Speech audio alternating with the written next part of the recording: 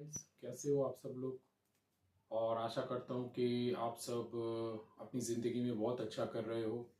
और आज का जो वीडियो है वो है सचिन तेंदुलकर और विराट कोहली के कंपैरिजन पर। ये कंपैरिजन है जो हमेशा चलता रहेगा, लेकिन मुझे लगता है कि ये कंपैरिजन नहीं होना चाहिए, क्योंकि मेनली ये कंपैरिजन इसलिए होता है कि दोनों ही ग्रेट बैट्समैन हैं। तो सुनील गावस्कर भी ग्रेट बैट्समैन थे, और सुनील गावस्कर और सचिन तेंदुलकर का कंपैरिजन होता था, और सचिन तेंदुलकर का और विराट कोहली का भी उसी वजह से ही कंपैरिजन होता है। लेकिन एक चीज़ जो हमें नहीं भूलना चाहिए कि सचिन तेंदुलकर अपने वक्त के, अपने जनरेशन के बेस्ट प्लेयर थे, और विराट कोहली अपने जनरेशन के बेस्ट प्लेयर थे। तो वो दोनों जनरेशन्स डिफरेंट जनरेशन्स थे। अगर सचिन तेंदुलकर को आप देखेंगे तो इन्होंने अपने जनरेशन्स में बहुत बड़े बड़े बॉलर्स के अगेंस्ट बैटिंग की है, जैसे कि वसीम अकरम, वकार यूनिस, शोएब अख्तर स्पीड स्टार थे, सकलेन मुश्ताक अपने ज़माने के बेहतरीन ऑफ स्पिनर। श्रीलंका में अगर आप देखेंगे तो चमिंडा बास या फिर मुताया मुरलीधरन ले लीजिए। और अगर आप साउथ अफ्रीका की तरफ जाए, Shaun Pollock, Allan Donald, Lance Klusener, Jacques Kallis, great bowling lineup and a great team again. और इसके बाद अगर आप ऑस्ट्रेलिया में जाए तो ग्लेन मैकग्रा, सब जानते हैं उनका नाम, ब्रेट ली या फिर जेसन गिलेस्पी, शेन वॉर्न, ये सब अपने ज़माने के दिग्गज बॉलर्स थे। तो इन सारे बॉलर्स के अगेंस्ट में उन्होंने सारी जिंदगी बैटिंग की। इससे पहले अगर आप वेस्ट इंडीज में देखेंगे, सचिन तेंदुलकर ने अपने अर्ली डेज पे काटली एम्ब्रोज या फिर कॉर्टनी वॉल्श को भी खेला है, फ्रैंकलिन रोज, इयान बिशप, जो कि चोट की वजह से ज़्यादा नहीं खेल पाए इंटरनेशनल क्रिकेट, लेकिन एक अच्छे बॉलर थे। तो ऐसे ऐसे महान बॉलर्स के अगेंस्ट सचिन तेंदुलकर ने बैटिंग की है, और इतने इस लेवल की बॉलिंग विराट कोहली में अपने ज़माने में नहीं फेस किया है। तो मुझे लगता है कि अगर आपको किसी बैट्समैन को जज करना है तो जज करने की एक बेस्ट चीज़ जो है कि इन्होंने अपने वक्त के बेस्ट अटैक के अगेंस्ट कैसी बैटिंग की है, और यही जज होना चाहिए। दो डिफरेंट जनरेशन्स को आपको जज नहीं करना चाहिए, क्योंकि आप समझ नहीं पाएंगे। थोड़ा बहुत कोइंसाइड किया सचिन तेंदुलकर और विराट कोहली का कैरियर, 4-5 साल उन्होंने लगभग एक साथ खेला। तो इस हिसाब से देखा जाए तो डेल स्टेन को सचिन तेंदुलकर ने भी फेस किया और विराट कोहली ने भी फेस किया। या फिर अगर आप देखेंगे तो जिमी एंडरसन को भी सचिन तेंदुलकर, विराट कोहली ने फेस किया।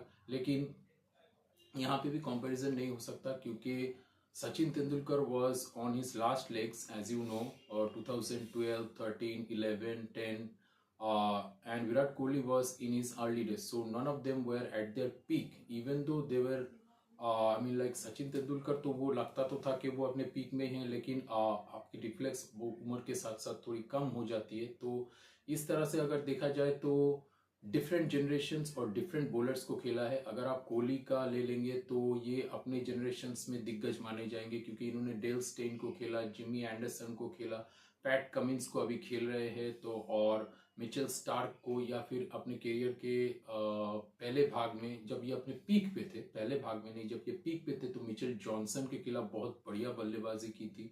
और जिमी एंडरसन तो है ही, जिनको मतलब आप बोल सकते हैं कि इन्होंने बहुत परेशान किया था 2014 में विराट कोहली को। और इतना इनकंसिस्टेंट पीरियड टेस्ट क्रिकेट में विराट कोहली का अपने अर्ली फेस में, पहले 10 ईयर्स में वो एक ही बार था मेरे ख्याल में। तो आप देख रहे हैं कि डिफरेंट जनरेशन्स और डिफरेंट बॉलर्स। तो अगर आप यही मान के चलते हैं कि सचिन तेंदुलकर अपने जनरेशन में बेस्ट थे और कोहली अपने जनरेशन पे बेस्ट थे, तो आई थिंक ये एक फेयर कंपैरिजन होगा।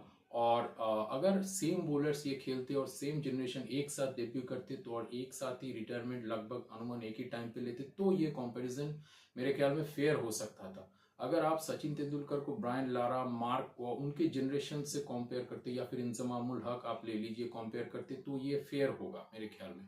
और अगर आप विराट कोहली को कंपेयर करना चाहते हैं तो आप कीजिए जो रूट या फिर केन विलियमसन, इनके जमाने के जो दिग्गज बैट्समैन है, या फिर स्टीव स्मिथ, या फिर आप उस्मान ख्वाजा, कुछ हद तक ट्राविस हेड से भी कर सकते हैं, क्योंकि ये भी सेम टाइम में ही क्रिकेट खेल रहे हैं।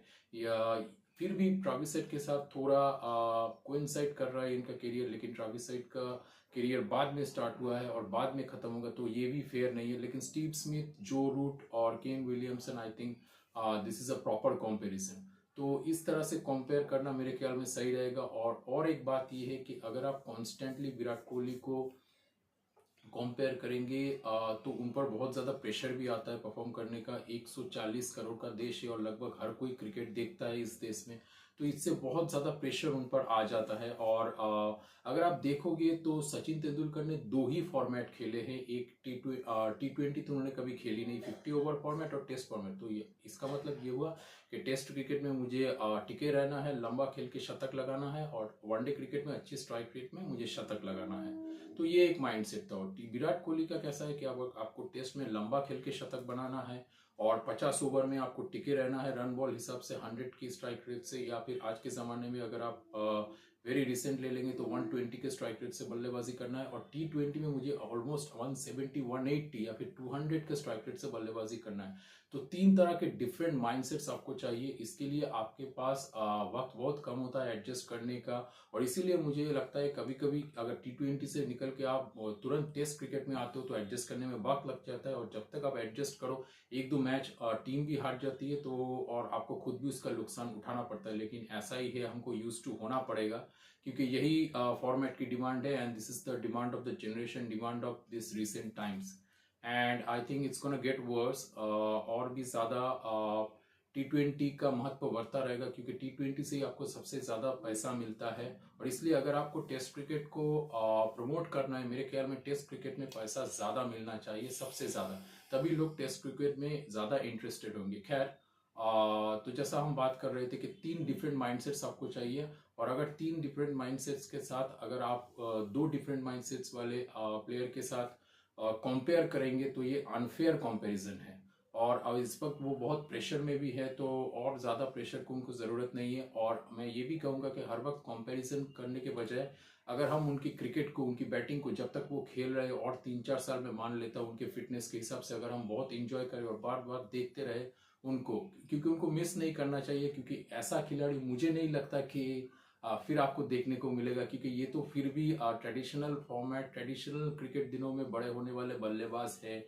ये सचिन तेंदुलकर, ब्रायन लारा को देखते हुए बड़े होने वाले बल्लेबाज है। तो ये तो फिर भी टेस्ट क्रिकेट में इंटरेस्ट रखते हैं, इतना सीरियसली खेलते हैं। लेकिन इसके बाद शायद ही ऐसा बल्लेबाज आएगा जो टेस्ट क्रिकेट को, T20 को और 50 ओवर्स को एक तरह का महत्व देगा, रदर टेस्ट क्रिकेट को बहुत ज़्यादा महत्व देगा, जो कि वो दिया करते थे जब वो टेस्ट क्रिकेट, मतलब हमें समझ में आया करता था जब वो प्रेस कॉन्फ्रेंस में आया करते थे, जैसे कि जब ये टेस्ट कैप्टन थे।